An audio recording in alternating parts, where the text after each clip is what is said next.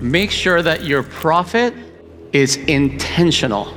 You have to understand how much money you need to make, not just to keep in your pocket, but to grow your company. And if you're not making a profit, you can't invest in things, right? Like, software for your company, better staff, better estimators, better admin, a CFO. Most of you guys are running without any of that. And you know why that is? Because you can't afford it. Do you know why you can't afford it? Because you got 10%, cost plus 10. And most of you guys are running the 10% for your overhead and your profit. There's a lot of you guys that do that, which is terrible for your business, right? So, guys, my name is Felipe. I run a construction company called Versa Homes. I also do coaching, the Versa method, all right? I want to know here, put up your hands. Man, these lights are bright. I can't see anyone. Put up your hands. Who does a cost plus right now? I can't see anyone. There you go. Who does a fixed price right now? Oh yeah, there you go. I like it. See how the world is changing? I would say that 60% of you right now are doing a fixed price. Why? Because it works. Because people want to know how much they're going to pay. How many of your clients are questioning every line item? How many clients are questioning your markup? What's your margin? They always ask you that, how much are you making? The problem is that your clients have never run a construction company. So if you open up your financials to your clients, what are they going to know? They don't know anything. They're just looking at numbers, and they're just going to say, it's too much money. Right? Who agrees with me on that? They don't know what it takes. How long did it take you guys to figure out your own financials? I know it took me a couple of years. So if it took me a couple of years, then why would your clients understand financials the first time you open up your books and say, here is your price? Nonsense, right? They will question everything, as you know. They just don't know. They don't question because they don't trust you. They question because they just don't know, right? So before I get into this, guys, I want to tell you a little bit of my background. I used to be a tile setter.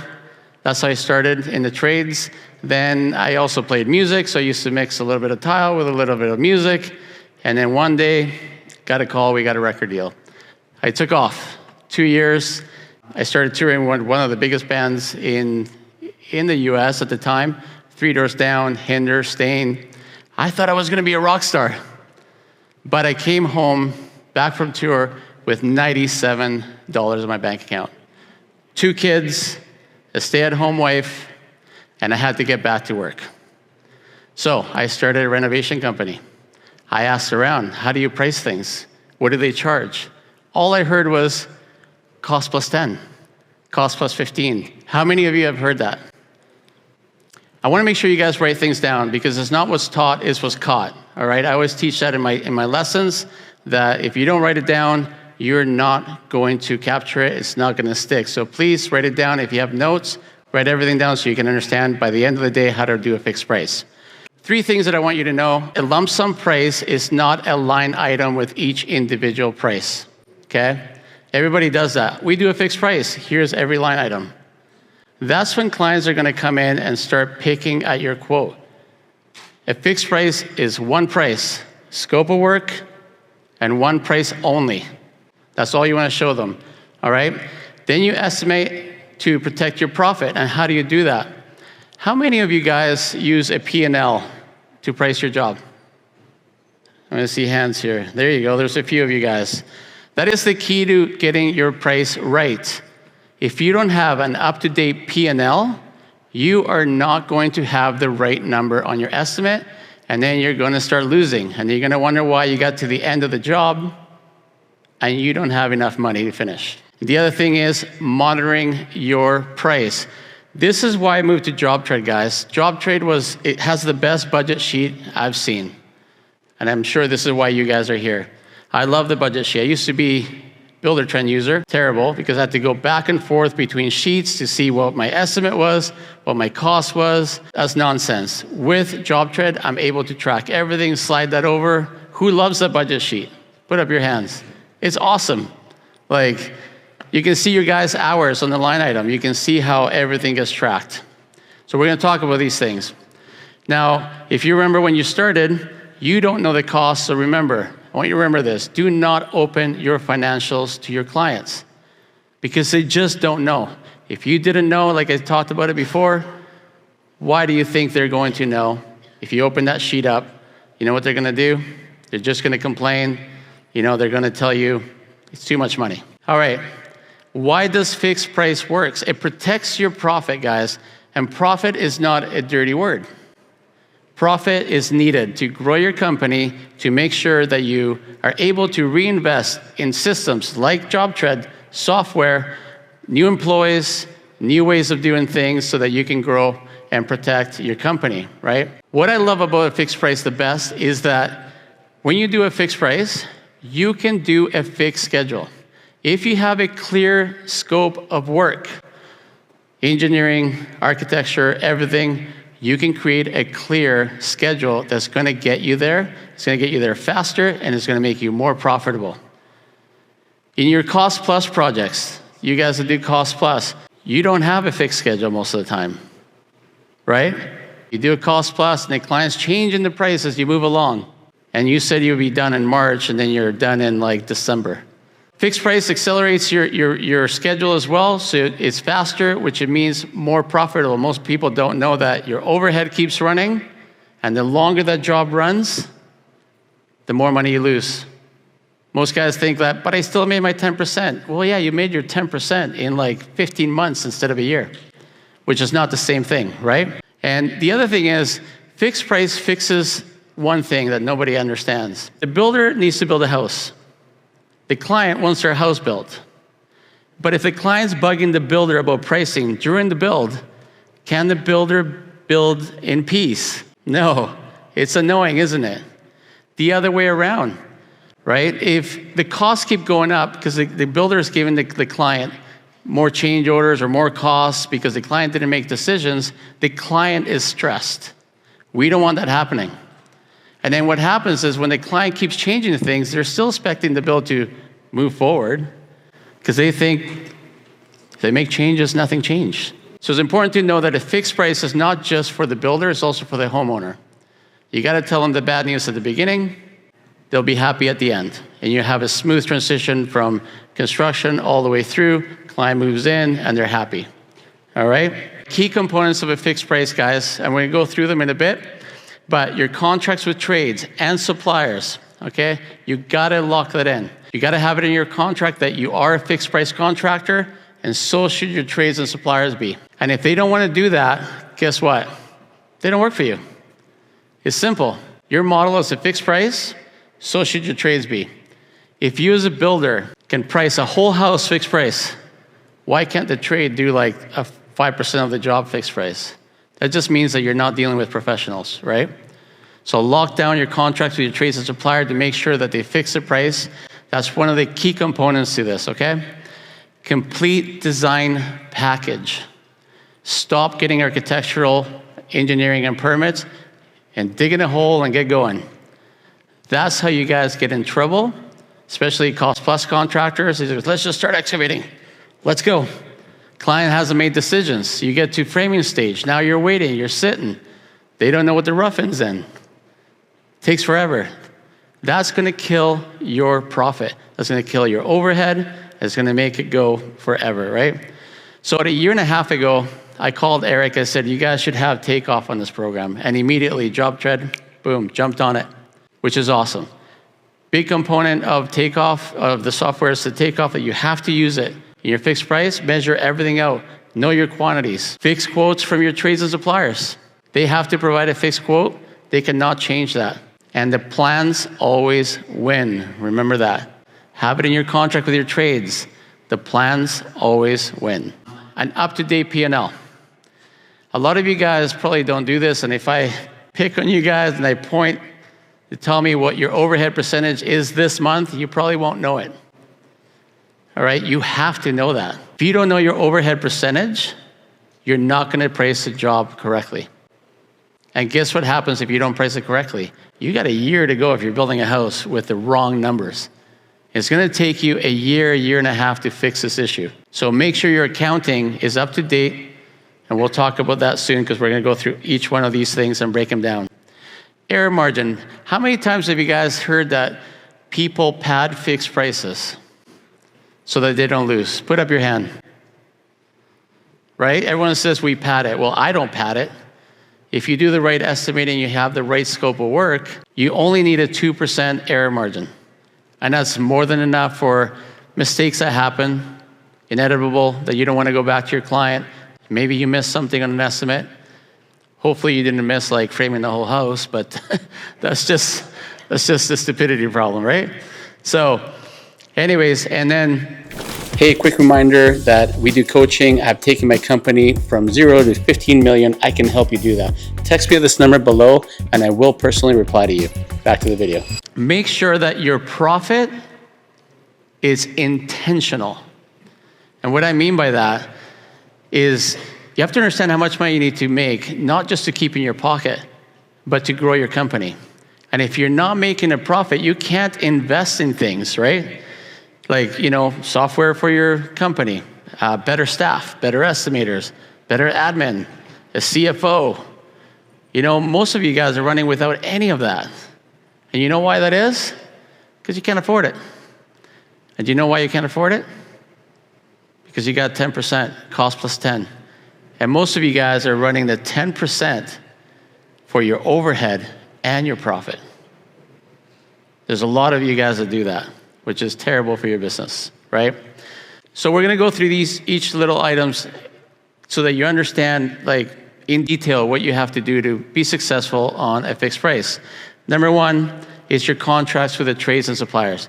Again, they wanna work for you.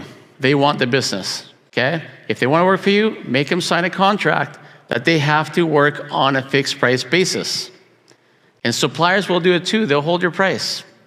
And if they can't hold it for 8 months, because you know you can't order the lights for 8 months, pre-order the lights. Have them ready to install. If you have a fixed price, fixed scope, you can order all your material up front and have it in your warehouse or have it in your shop or wherever it is. And that is going to speed up your process too. You're not waiting for something that's back ordered. You find out right away, right? So trades must commit to a fixed timeline. That's another one. If you have a fixed price, you have a fixed scope, you should be able to commit to a fixed timeline. A key to a successful fixed price is a fixed schedule. Because if you go long, you're not going to profit, right? So get your trades to commit. What I do with that is I call them, I write the schedule, I don't put the timelines on it, I pick up the phone and I call each one. Hey, Mr. Electrician, how long are you going to take? Oh, it should be 5 days.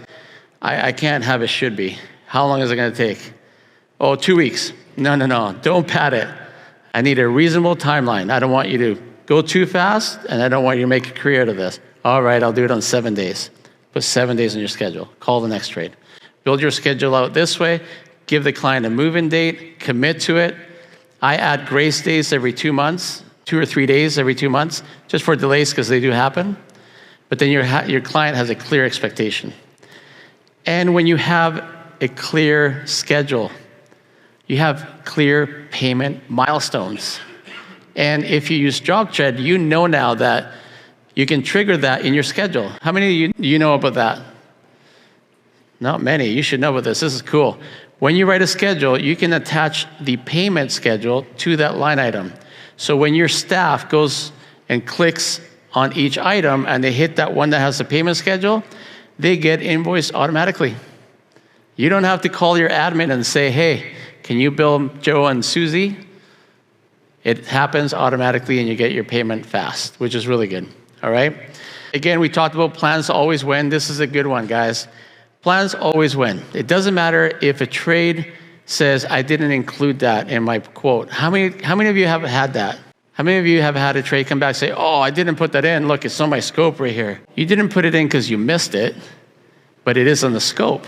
So if you have a clause in your contract that says the plans always win, and something is actually missing out of the plans, then you have a clear path to go to your client and say, hey, you know what?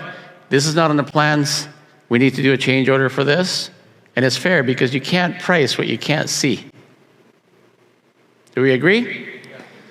That's a good one. You're going to take that one home with you. Plans always win.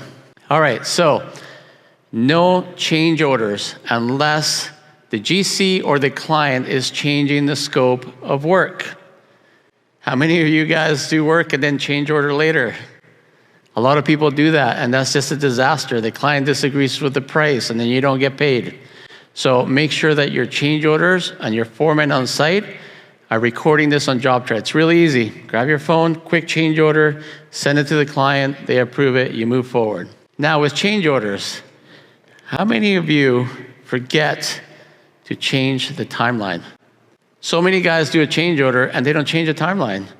So if you told the client you're getting the home September 1st and it takes you an extra 2 weeks to do this new scope of work, your change order has the price, but it doesn't have the timeline change. So don't forget, change orders also include time change, right? And again, change orders must be approved before any work gets done. All right? If you do the work and it's not approved, you can pretty much kiss that money goodbye. Yeah, so there you go. Time change, change orders, include them on there, okay?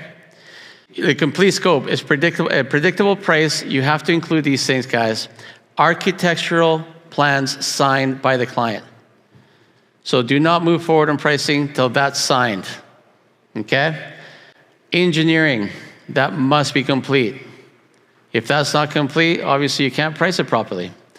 Interior design, this is the one that everyone misses. All right, either they let the client do the interior design, then they go shopping, and then they just change their mind, or they order things that are 10 weeks away. Having interior design scope complete is key to a fixed price. If you don't have that, you don't have a fixed price.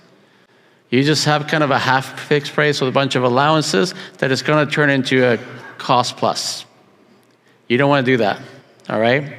So, and also all your city requirements, make sure you understand. Those are the 4 metrics, right? Architectural, engineering, interior design, city requirements. Once you have all that, price the job correctly. That's the key to this, all right? Don't start the job until you do. Takeoff. So this is how I use my fixed quote, like how I get a fixed quote with takeoff. I create a scope of work myself, and I'm sure you guys all use ChatGPT, but I use it with a microphone when I'm doing my estimates. And you know, if I'm doing a plumbing scope of work, I'll send out all my pricing out first to the trades. I'll use ChatGPT, I'll say create a scope of work for my plumber, I upload the plans, it does the whole thing, I review it, copy, paste, all right? The price request on JobTread is awesome. On there, you can have that scope of work on the top. In the middle, you have your price, and down below, you have your trades agreement. And that always changes because something comes up that you didn't have on the agreement, okay? And that's where you can put plans always win. Fixed price, no changes, right? And every time you do a bid request and you send it out, you notice obviously they put their price and they have to sign it. When they're signing that price, they're also signing the agreement. You can put it both on there. Some people do sub-trade agreements separately. Before you work for me, sign this trade agreement. Well, it changes all the time. You have to update it. Can you imagine sending a new trades agreement everywhere? A cool hack that I found is put it on your bid request, and it's always updated, and they always sign a new one, right? So it's really cool that way. So anyways, I send out all my packages out. While I wait for them to get me the price back, I start to do my takeoff. Using JobTread is not complicated. Many softwares have so many options that you don't even know how to use takeoff because of all the options. I mean, you have to be really savvy to know the whole thing, but JobTread has just the perfect tools, enough to get you through a home build and just get you all the numbers you need, right?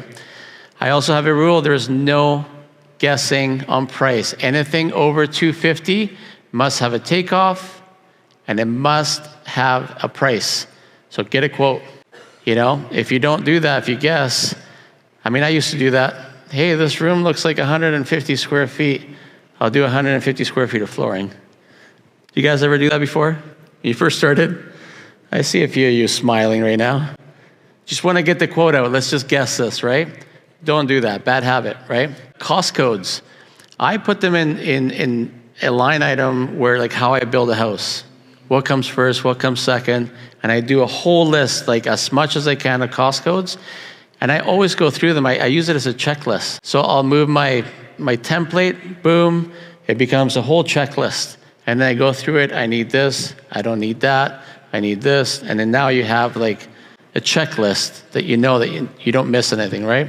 And then always add your waste, don't forget about that. And a lot of guys add too much waste. And when you add too much waste to everything, your fixed price is going to be over. And then it's going to be too much money. And you're going to price yourself out of the market, and you're probably going to lose the job. So takeoff tightens up your price. Overages, keep them normal. Don't go 15% when it should be 5%, right? And make sure that you have all your line items and read through your guys' quotes. I know that I said if they miss something, the plans win, but you also have to help your trades. Read their quotes. If they miss something that you know, throw it back at them and say, hey, listen, you missed this stuff. I don't want you to lose, right? Back to the P&L. I highlight the P&L because this is the key to a fixed price, guys. If your accountant is not keeping your P&L up to date, you cannot get that exact percentage that you need to mark up the job, okay? Now, I want to talk about the P&L a little bit because a lot of people are confused. And most businesses, if you have employees that you have to pay all the time, that's overhead, correct? Right? If you want to know your right overhead number, you want to ask your accountant to move all your employees that are working on the site, your van, your expenses for the site, take them out of your overhead and put them on the construction side. What that's going to do is going to give you the correct overhead numbers. Now you can price the job correctly, put your staff and your vehicles on the construction side because that's where they're working. And I'm talking about your site staff, not your admins. And then your overhead covers your admin and your managers, right? If you do that with your P&L, once your numbers are shown, you hit a button. I don't know if you guys know about the percentage. It turns all your numbers into percentages, and it gives you the right overhead percentage. Once you have that, you have your cost, you have your overhead percentage, you have your 2% margin, and then the profit that you want. Don't forget the 2% error margin either. A lot of people do that. So like I talked about, your fixed price formula, make your profit intentional. Don't hope that you're going to make it. And I want to talk about one thing that a lot of builders do. Who here does large jobs, like big jobs, right? Who here goes, oh, this is a big one. I'm making a lot of money, so I'm going to bring the margin down a bit so I get the job. Don't do that. The bigger the job, the more overhead you need, the bigger the mistakes if you screw up, and the longer the time frame. So the time frame is long, guess what happens? Your overhead keeps running, but you drop that percentage because the job was big. It's actually backwards. The bigger the job, the more you should put on it. It's longer, it's more dangerous, and it'll require more of your staff. So let's try not to do that. Never copy another builder's markup. Some guys go, well, it's cost plus 10, so we're just going to do cost plus 10 because everybody says it is. Everybody's markup is unique, and you know that now because I keep harping about the P&L. If you look at your P&L, my P&L and your P&L is not going to be the same. Do we agree? So then why should our markups be the same? It shouldn't be. Keep that in mind. Track your numbers. Back to job tread. If you don't track your numbers properly, some guys will do a fixed price, and they go, we got the job. Let's just do it and hope for the best at the end. Did we make any money? I don't know. Well, if you don't track your job with job tread correctly, you're not going to learn for your next estimate. We all make mistakes. You all miss stuff, right? So if you miss stuff, you got to be able to fix it, at least note it for the next job. So tracking that job is going to help you be a better estimator after you move forward with many jobs doing a fixed price, okay? Checking in with your team, making sure every Monday morning, I do meetings every Monday morning, and we do go over budgets with my team. So we go through any line item that's red. I love that about job tread because it has red items, green items. It tells you right away what's over. The minute something comes in and it's over, it should, raise a bell and go, why is this over? Our contracts are fixed price. Did we screw up? Or did a trade just happen to add an extra few numbers in there? Hopefully you didn't catch it, right? And then you solve it then. And you go, okay, it's red Monday morning. Why is this red? Trade charged too much. No change order, no payment. If you don't pay them the first time, they're going to learn the second time, right? Make sure that you track everything so that you can learn how your estimate works and you can learn from it so you can better your estimate next time for the next job as well. All right? Who here uses Zapier? Right. Do you guys use it to alarm yourselves when that budget's over? You can do that. So it can send you a notification that a number is over, right? So you don't even have to look at the budget. It'll just send you something and say, hey, this is over. You better check it out. You're losing money. And we all don't want to lose money, correct? There you go, guys. I'm going to do a Q&A. I know there's microphones here, but we brought this guy here. It's called the catch box.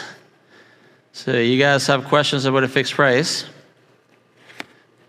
you better learn how to catch. You guys ready? Who's got a question? There you go. Are you ready? You guys better duck. Test. It's working. Oh, yeah. I used to be a football player. No, I wasn't.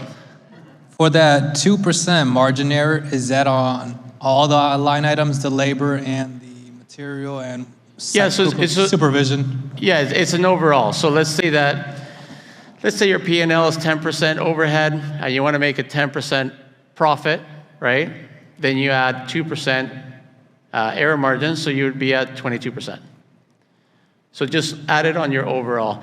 And I always work with margin, by the way, guys. Margins are the way to go. Don't do markup, you're missing out. And you know what, your P&L and your accounting is in margins, so it confuses everything. So always work on margins if you can. All right, who's got another question? He's gonna chuck it at you. Well, my question is kind of long, but I guess I'll probably talk to you after. We do a hybrid in between fixed cost and cost plus. Okay. And I think it works really good. Okay. Fixed rate for employees at whatever, $75, $85, $95 an hour, and then 20% markup on all subs and materials. So the 20%, if you want to look at it, covers your overhead, and the markup on your labor is basically pure profit. It depends if you're labor heavy. So there's different ways of running. 100%, yeah. Sorry? Yeah, you're right. As in, if it's sub heavy, then it takes your margins and goes down because it's only 20% versus your 40 or we're at about 50%. So are you showing every line item to your client? Yes. Yeah. I mean, I'm sure you've gotten pushback on that 20%. No. Never. No. That's just my process. they must like it. What do you do? Kitchens, bath. So additions. You do renovations? Yeah. Right. Yeah, I mean, if it works for you and your labor, like when I used to do renos, I used to have a lot more employees because you need them. Because framers don't want to come and frame a wall or a quick shower. So we were a lot more employee heavy. We do the demo. This was back before we started building in 2015. So you're able to make more money that way, but I'm not a fan of it when you expose every number. Both. I do fix and I do that. The ones that I do, I call them T&M, not cost plus. Are big jobs, heavy design. Time and material. Yes. So you bought yourself a job. Sure. I mean, listen, like you can't work by the hour, right? If you're profitable and it's working for you. But if you're getting paid to do the work properly and however long it takes to execute. I mean, if I look at plans, I know how to do the work properly. That's the difference, right? The problem with time and material is that clients are going to complain at you that you're taking too long or your guy was having a smoke break. So when they're keeping track of time, how many guys have gotten complaints from clients when they're at cost plus? That your guy's not working. He wasn't here at 9. He was here at 8:30 or he was here at 10:30. You know, you pull out the geofence. No, he was here, look, right? So you want to eliminate those kind of things. You know, and if you don't get any of those complaints, you're a complete anomaly. It only works for the right clients. Yeah. That's where the fixed cost comes in Yep. for more basic stuff, kitchens, bathrooms that are predictable. Yep. Hey, listen, if it's working for you, great. If you like it, great. I don't like to be worried about pricing, you know, when I'm trying to build a home and focus on a good build. And the other thing about fixed price too, it protects your trades. Think about this. If you know what trades do a good job, and you use the same ones all the time, you always have a predictable outcome, which your level of quality is always the same. The minute that you start exposing, hey, here's my plumber's number, this or that, they tell you to get 2 or 3 quotes, then you're using different trades all the time. And then you never get the same outcome. Who here had to change trades on jobs, and then you notice a difference on the final result? Right. So how do you consistently give a client assurance that your quality is going to be top notch if you allow them to change your trades? They don't, they trust me. Yeah. Listen, you're an anomaly, okay? But everybody here is happening, right? But great question. All right, who's got a question there?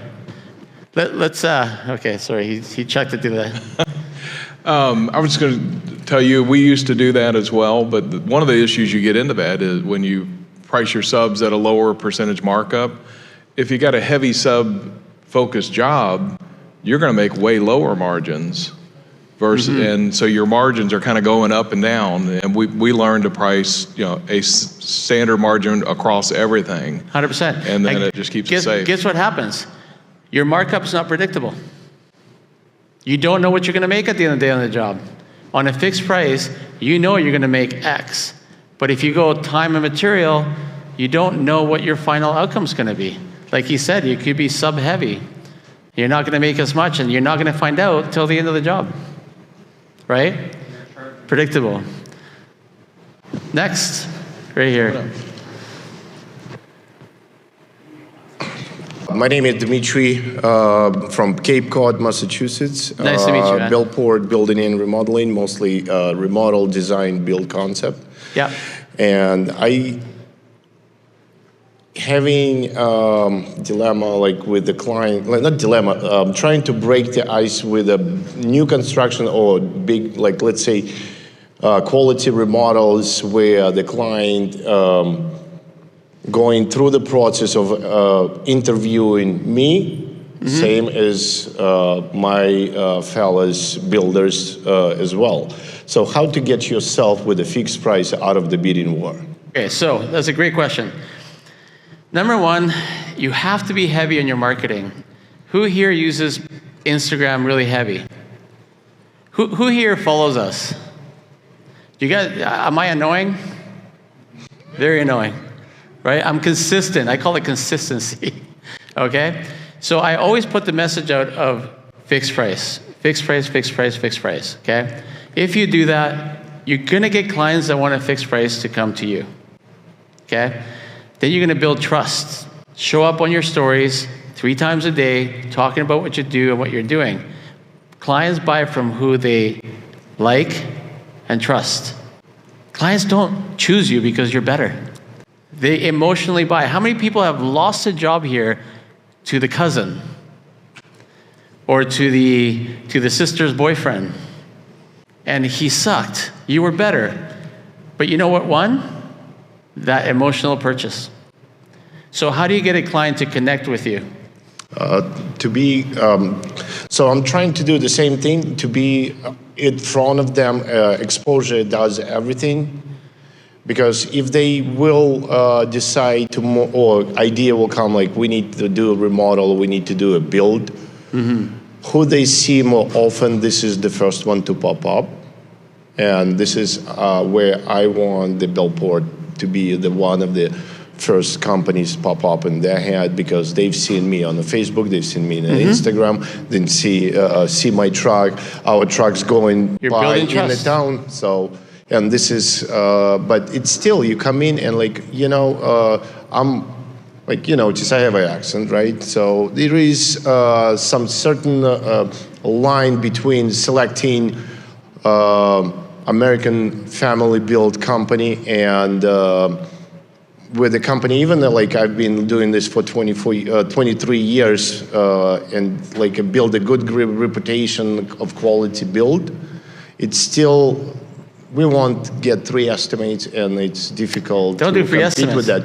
So I said like, we're going through the process of pre-con and this is how we deal with I can like trying the education to the client is the most important. I found Education is huge. I'm gonna shock you guys at what I do right now, okay, with my clients. If you come to me and say, hey, I want to build a house with you, I'll quickly say, what's your scope? Like roughly, what do you want? I want a house like this many square feet. So you're gonna be between 3 and 4 million. Does that work for you?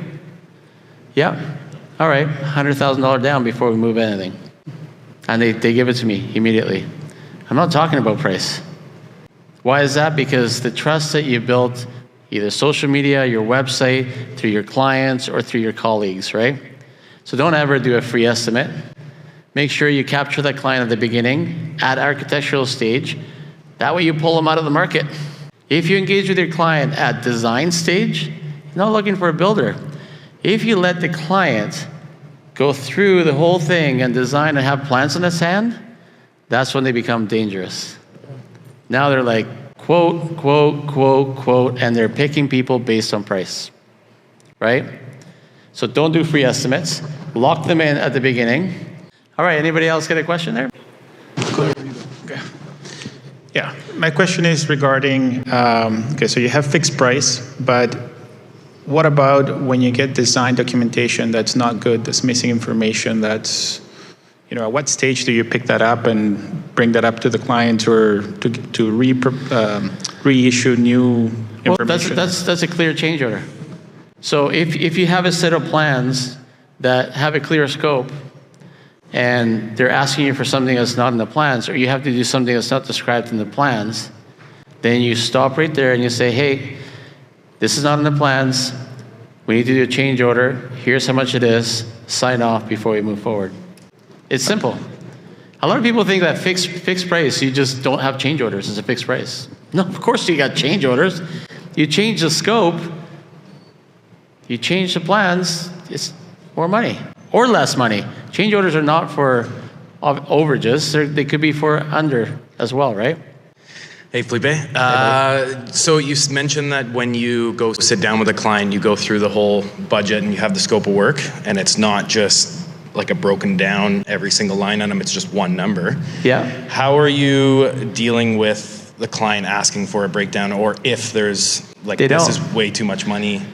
Marketing. What are they doing? Yeah. I'm telling you, it's all marketing. So if I'm saying fixed price lump sum, my website says fixed price lump sum, why would you ask me for a breakdown?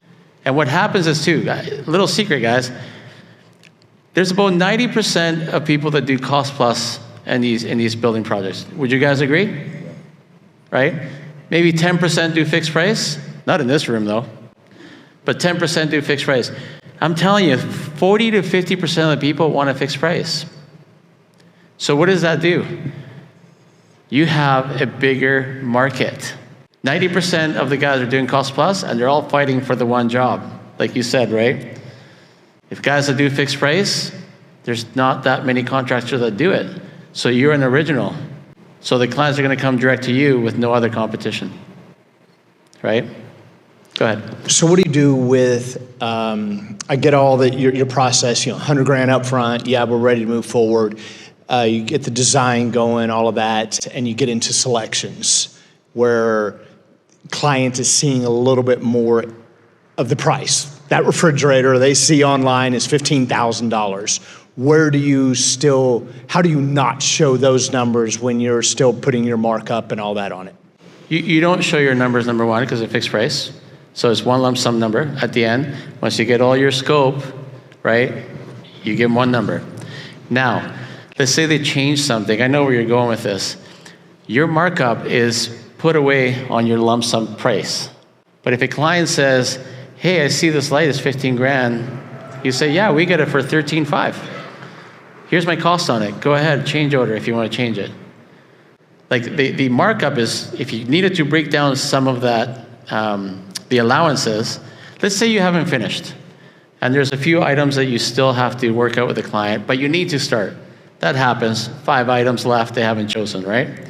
What I would do, I would quote those five items, add the markup on it, right? And then just list out the allowances of your cost only, which means no matter what the client does, you still have the markup. having the markup back inside your prior to all that when you know that the change order? So if I'm giving you a fixed price, I'm not breaking anything down. Right.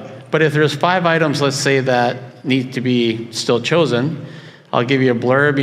This project is based on, drawings dated this, interior design dated that, 5 items missing, lighting, I'm giving you 15,000, flooring, I'm giving you $10 a square foot, blah, blah, blah, and that is your cost. But inside your estimate, you put in those items, 15,000 plus your markup. Do you understand what I'm saying? Yeah, so what do you do then? You've got your lighting of 15,000. You have your markup back in your estimate.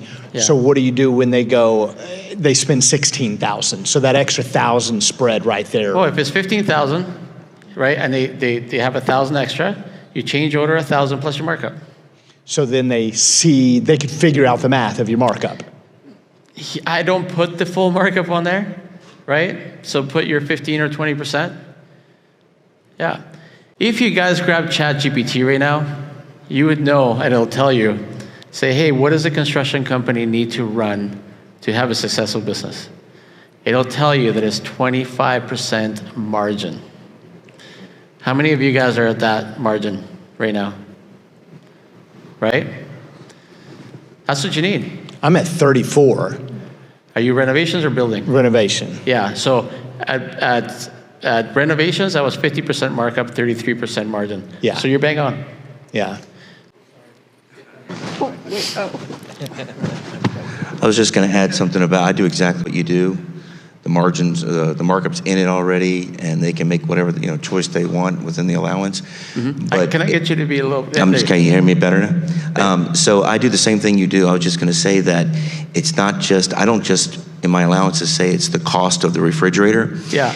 It's the cost of the refrigerator and the shipping and the delivery to the job site. Yep. It's everything, taxes, everything to get it to that job site. Yep. So it's the whole cost of that, not just something they look up on the internet and say, of course, oh, it's $12,000. I mean, it depends how everyone's got different styles of pricing. Like I have a line item that's deliveries, right? And I allow, 16 deliveries. That's what I do. So if I had that fridge, I still got to get the client a fridge, or not. You're not going to get him a fridge. So for me, it's just the fridge that I change order, not fridge and freight. But yeah, you're right. You have to put everything in there somehow. Depends how you do it. How you doing, man? Thank you for all this valuable information. No problem. My question would be, when you do that $100,000 deposit up front, I've been trying to figure that out exactly. We typically do a design agreement, essentially, to go through permits and plans, and then we contract them for the build once we get those and can price everything accordingly. What, in your contract, how are you writing that up at the beginning to capitalize on the build at that time? All right, I'm going to teach you a trick. This is really cool. When I say you're going to give me a deposit, it's a retainer, okay? And the retainer is to hold the construction slot for you, okay? Because that costs money. If you don't go ahead and I lose this job because you just decide not to go ahead, that's going to cost me money. So to hold that spot, I need you to give me a retainer. I'm going to go through the whole design process with you. I'm going to help you. You are going to pay for all the engineering, all the designers, all the fees. I don't want any money. I'm helping you for free. The minute you sign the job with me, I'm going to credit that $100,000 towards your job. Okay? Sound fair? They're like, yeah, of course. Like, I'll give you a deposit. You're going to put it towards my build. You're helping me for free for the year. Yeah, I'll do it. Okay. It's super easy. That's the way you do it, right? And you show them value, show them that you're willing to help them, but they got to commit and hold that spot because that spot costs money. If they wasted 6 months of yours and they walk away, now you got an empty spot. And if you have an empty spot, you have some financial issues now, right? So that's why they give you the retainer. I've never had a client say no. You know what they say? Yeah, that's fair. Nice. And the retainer agreement, it's very simple. It's like 2 pages. Very, very simple, nothing crazy. Are you giving them a rough budget at all at that time? Of course, we talk about like the potential cost of building. I would say like, look, this house looks like this one we built. This one costs $600 a square foot. And the other thing about that retainer, that it allows them to negotiate with you at the end. If they don't like the price, they're not just going to walk away. They don't want to walk away from $100,000, right? But it allows them to kind of go, okay, we don't want to lose $100,000. Let's talk to the builder, see how we can come to an agreement here, right? And never drop your margins. Drop the scope of work. Don't change your margins, right? To the client, hey, this is too much money because it went over. It went over because we talked about a 5,000 square foot house. You brought me a 6,000 square foot house. How many times does that happen? Right? Hey, I'm only building 3,000, but I want a gym, I want an office, I want a kitchen, I want an extra kitchen, I want 5 bedrooms for my kids and a playroom. Well, you can't fit that in 3,000 square feet. They always miss that one, right? Yeah. Go ahead. Hey, Felipe. Caesar with Revive and Renew here in Dallas, doing remodels. Okay. So it's kind of a simple question because I'm only 2.5 years into owning the business. But when you started, did you get a lot of questions that said, "Hey, can you show me that?" And what do you respond? Do you have any tricks, tips to get around that? Yeah. So great question. When I started, I got a lot of questions. But you know why? I didn't market it. Mm-hmm. I would just market myself as a builder. They come into my office, we go through everything, and then we say, we do a fixed price. They're like, huh? What is that? Because nobody really does that. And that's when the questions start. You have to be heavy on your marketing to make them understand that when they walk into your office, that you are a fixed price contractor. And you're going to get the right client walking in. The wrong ones won't walk in, right? Cool. I don't have to explain myself. And if they ask you, hey, listen, like roughly, what do you make? We try to make 8 to 10%, which is true, 10% net profit. But when you just say 8 to 10%, they don't even know what that includes or what that covers or anything. And if they start to get into it, you say, listen, we're a fixed price. This is how we do things. We're going to give you one lump sum price. Or the other one that works, you say, we don't have a fee. How many of you get asked, what's your fee? How many of you get asked that? Hey man, what's your fee? What do you charge? On a fixed price, I say, we don't have a fee. What do you mean you don't have a fee? No, we just do a fixed price. But what's your fee? We don't have a fee. We price the job out, we give you one number, and you're done. Go ahead, there's a guy back there. So we do remodeling. We've never done anything $3 to $4 million either in GC scope, and we've never done new builds.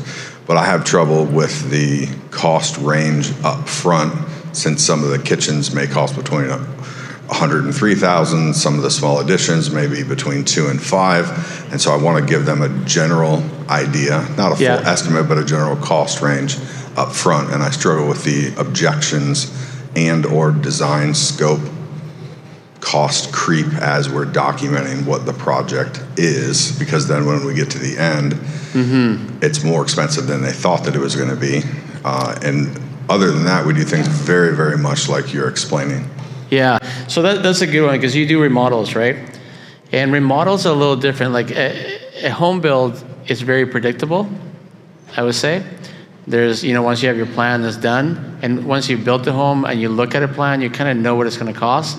But renovations can creep, but the way to kind of mitigate that is to be very involved in the process, right? So let's say you told the clients $500,000 for this remodel. When you're in the design meeting and you start to see that things are getting added or things are kind of, scope creep happens, pump the brakes and say, hey, hang on, guys. This is kind of getting out of hand. Before you even price it, you're saying, hey, this is growing. And this might be more money, so be careful. And I find that when you're kind of clear with your client as you move them along in the design process, if you talked about $500,000 and it turned out to be $1 million, they're okay with it. But when you actually don't say anything, you let them go to a designer, you talk to them, you said $500,000, they spend months by themselves, you did not nurture them, and then you come up with $1 million, they're like, whoa, what the heck? Well, look, you did this, this, and that. Well, nobody told me I was doing that. So now they're mad, right? Yeah, we do the design in-house, and as they're making the selections and we're pricing things out with the trade partners, we're 100% trade-based, but as we're pricing things out through them, we can see that the costs are growing rapidly. But why would the cost be growing? Is it because you didn't really look at the scope of work at the beginning? Or just didn't have a good enough or high enough guess at what the overall cost was going to be because I wasn't clear enough on what the scope. It's most of the time is that you don't have enough information to give the right price. And a lot of us make the mistake of shooting a number right away. But I will warn a client and say, listen, I don't know what your price is going to be on this renovation until we get into it. But if you want to do something like this, it could be between A and B. And don't say between 500 and 550. That's too tight. You're probably going to be 500 if it works out, or 800 if it goes over. And now you're within that range, and you don't let that customer down. Just set the expectation, right? Oh yeah, big throw. One more, big throw back there. Awesome. Hey, Felipe. Hey, buddy.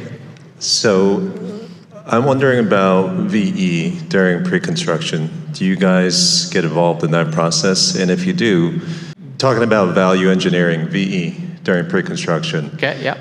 If they're working towards a certain budget, the design gets a certain part, you build a budget, you're $1 million over, they need to figure out where to cut the numbers from.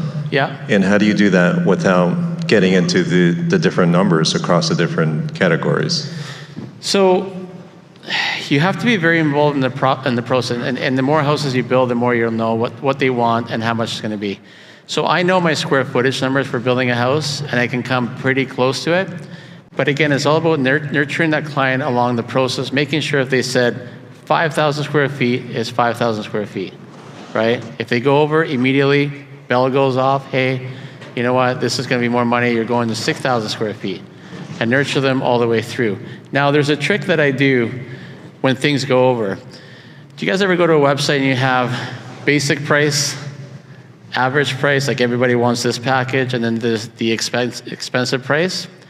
If you do that with a client, it's the best thing, because if you give them one number, fixed price, this is the number and that's it, and they don't like it, they have nowhere to go but to go to another company.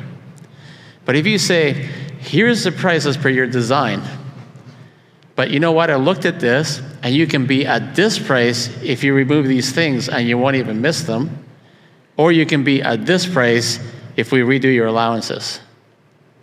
Now they have options, right? And most of the time, they pick the middle one. So always give them an option. If you don't give them an option, the next option is the next builder, right? Good? We're out of time, guys, but thank you very much. I appreciate you.